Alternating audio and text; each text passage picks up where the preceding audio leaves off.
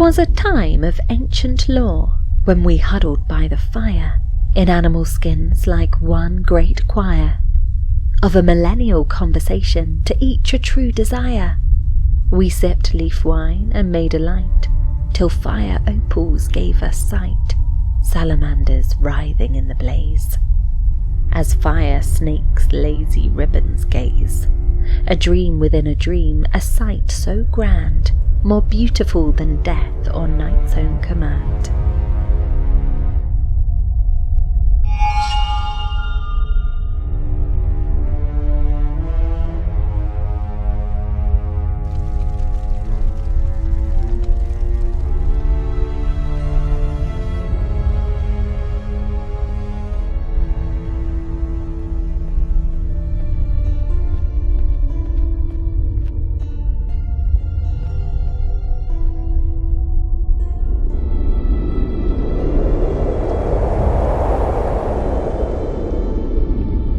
"'Twas something in our past so deep, though knowledge we had tried to keep, the secrets etched on ancient walls, spoken down the ages' halls.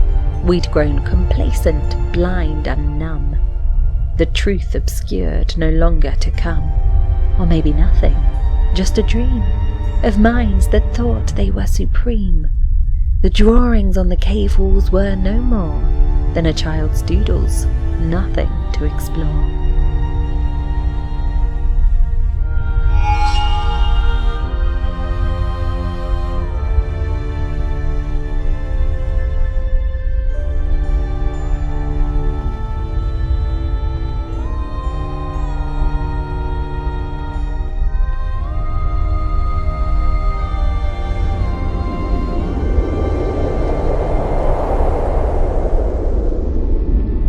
I dreamed I was entombed, and Mother said with a sigh, "The vultures can't pick you, my sweetest of pies. My love for you is so deep, I won't leave you in this heap. I'm here to clean the spaces of gold rings and bare knuckles. Fear not the worms, for in death we remain vermivorous. Fear not your languid spine, I'm here to make us both entwine. We'll be scarabs entwined in this tomb, side by side, till the end of time."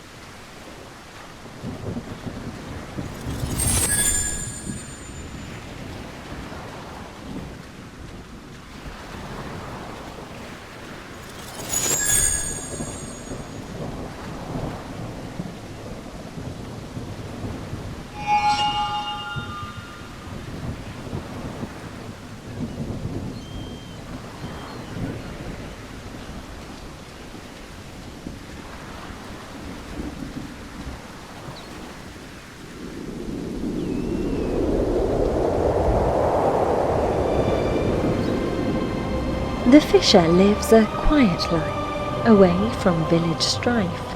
On the shore of the sea he does dwell, in a simple hut he built himself. His skin is brown from the sun, his clothes are nearly done. His hair and beard are long and unkempt, as if never cut or combed once in his life. He spends his days fishing away, casting his line in the bay. He's a man of solitude and peace, living in nature's embrace.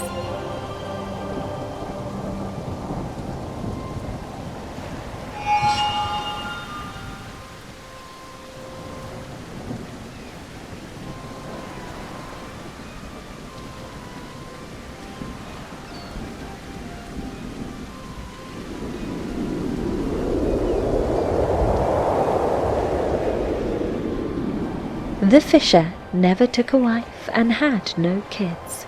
No one knew from whence he'd come. The villagers thought him quite eccentric, for he'd never eat the fish he'd caught, but trade them for the simple goods of life, no matter the weather, day or night. I once saw him pick a grasshopper from a reed.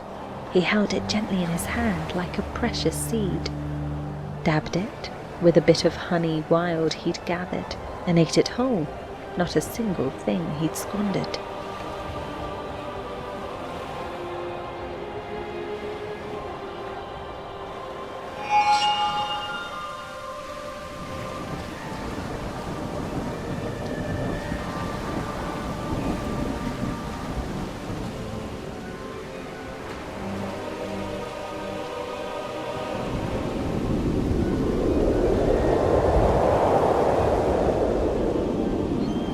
The fisher had a plan that he would not depart, to catch each fish individually by its own art. My father said to him, "Take a basket of this sort, to travel with the fish and keep them in a single retort." But the fisher stayed his course and said with a smile, "I must carry my catch altogether, mile by mile." My father then offered a net, for his catch to be strong, but the fisher would not take it. He said nothing was wrong. The fisher had a purpose that he would not alter. He collected his fish, each one unique and a falter.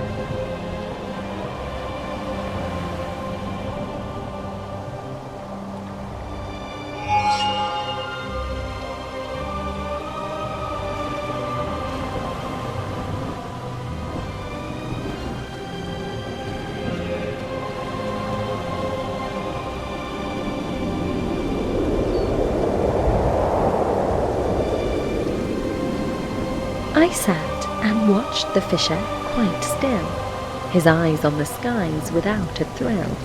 He asked me why I had no shoes. I asked him why he had no too. He said he had no need to wear. I thought it odd, I must be fair, but something told me he was wise, for shoes or not, he'd seen the skies.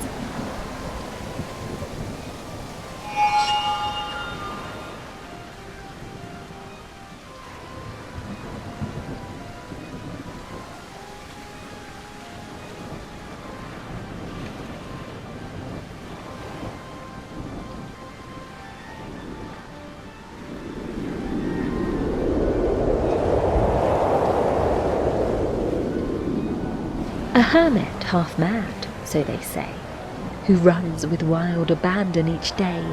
Though his feet are sore and his soles are bare, he does not wish for shoes to wear. He likes to feel the earth beneath, to feel each moment in life to breathe. Though it's hard and rough, it's something dear, for that is why he chooses to go without shoes here.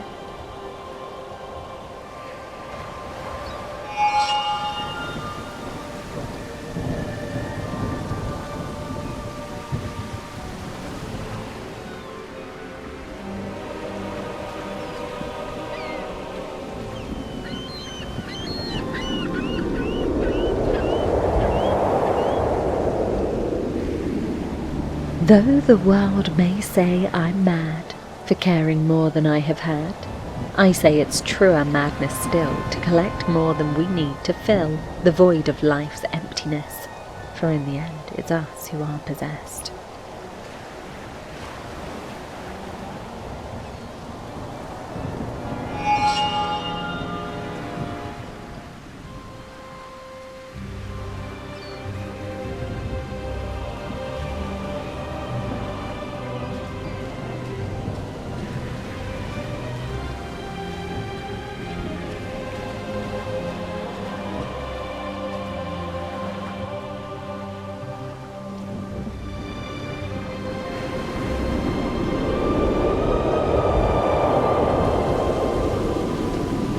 Riddle me this of what I speak, a tale of a king and a fish so meek. The king with his wealth had no peace of mind, the fish without it could still be kind.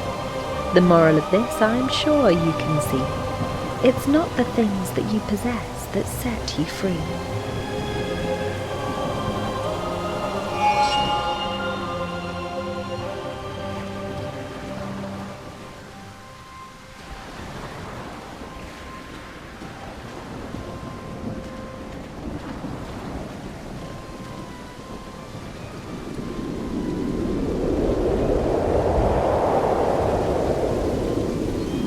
A king who hoarded all he saw was master of the things he'd store.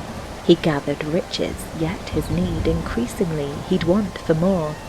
His every whim was met, though his kingdom sadly fell. The more he gained, the more he'd jealously hoard. His wife and son neglected, he'd pile up his wealth in a chamber sealed away by a key. A son so young and filled with glee found the key to set him free from the chamber of his dad. The door he opened, delighted and glad.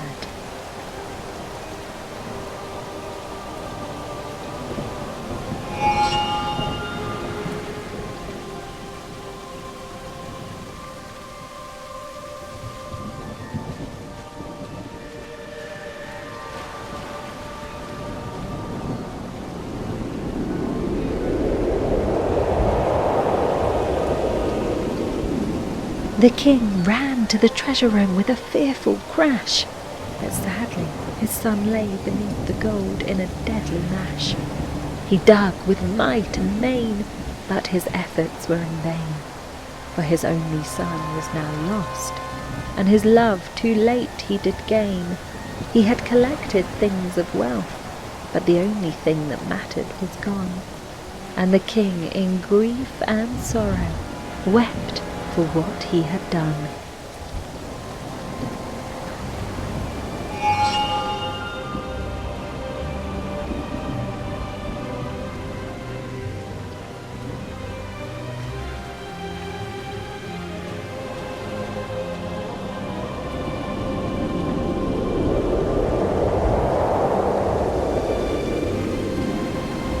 The king once had riches, a fortune to behold, but now he's grown wise and his treasures he sold. He gave away all that was his to the poor, and he set out alone to live without more. Was this mad fisher once a king? I found it hard to believe, but he said, "Lula, wisdom comes at a cost, and it's not easy to retrieve."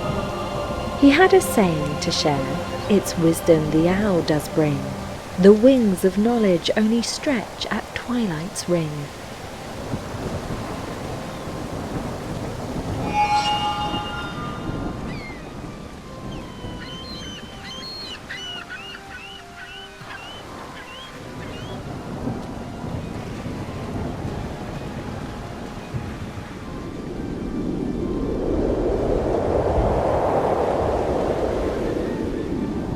Rain, rain came down today, a lesson to learn, that much I say. The time to change I can't deny, but only if I choose to try. Hope is seen in the darkest skies, a chance to change our destiny lies. A rumble of thunder, a sudden surprise, reminds me of hope and its sweet surprise.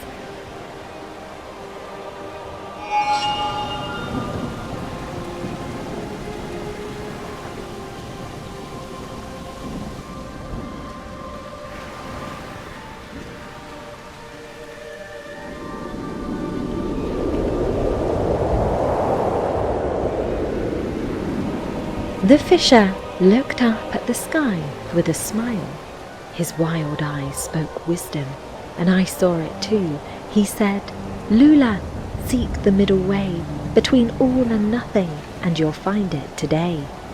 It's a secret place deep in your mind, where the genie you'll find if you search and you're kind. The greatest secret of all is that there's no big mystery. When you find the genie, you'll even know the gods' history."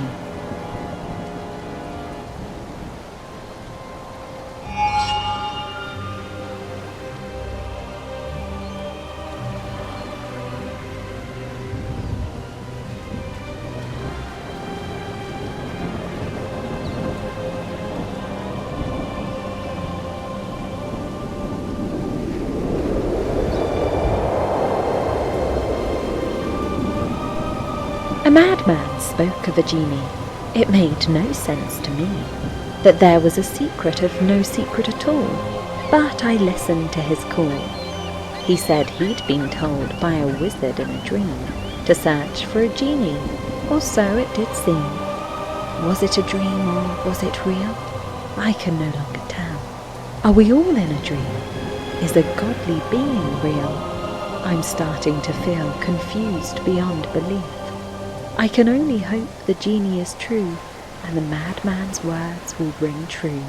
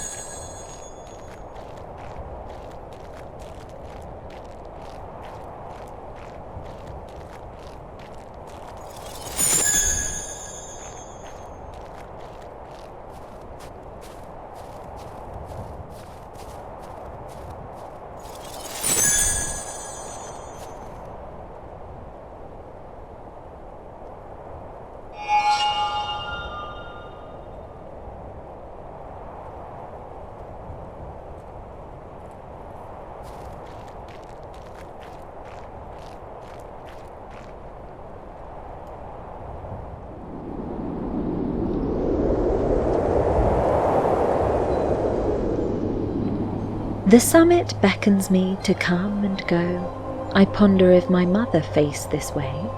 Did she march against the wind and snow? Forsaking all that held her back, she'd stay. No matter what I hear the wind, I'm sure your singing carries me away. You sing the rain, you sing the snow, and I can brave the elements today.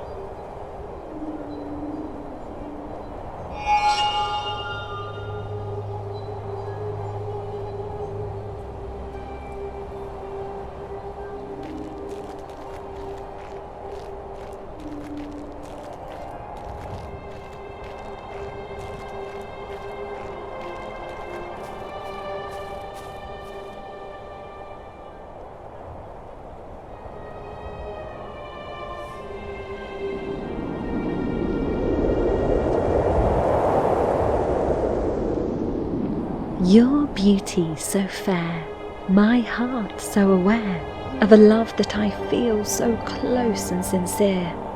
Your eyes like the snow, so pure and serene, my love for you grows, 'tis ever so keen. Your face like a rose, so delicate and pale, your charm so profound I can scarce exhale. Your lips like the mist, so soft and divine, my eyes forever yours, my soul so entwined. Your touch like a spark, so warm and alive, your presence so strong, desire I revive. Your voice like a harp, so sweet and melodic, my heart so enchanted and soul so romantic.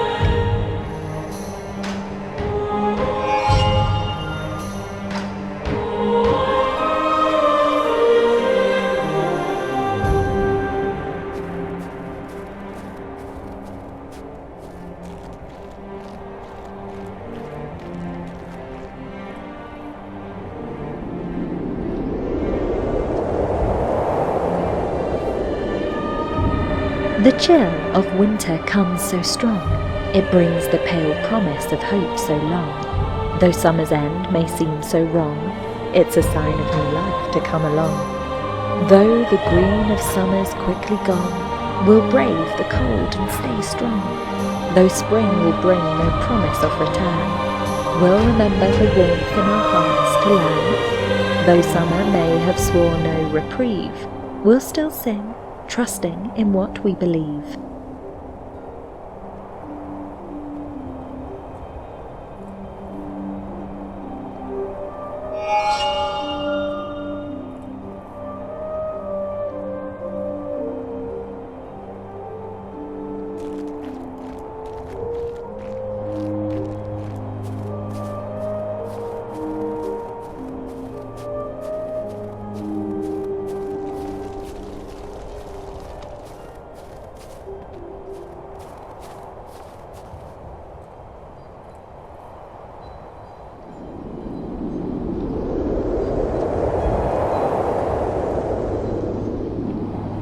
We may come to regret that we bemoaned the florid heat of summer now flown.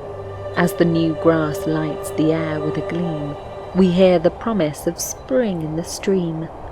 Winter groans in the sheets of ice and snow, our mittened hands cupped against the cold. We sing of life, of hope that will grow, and meadow birds join in our song of old.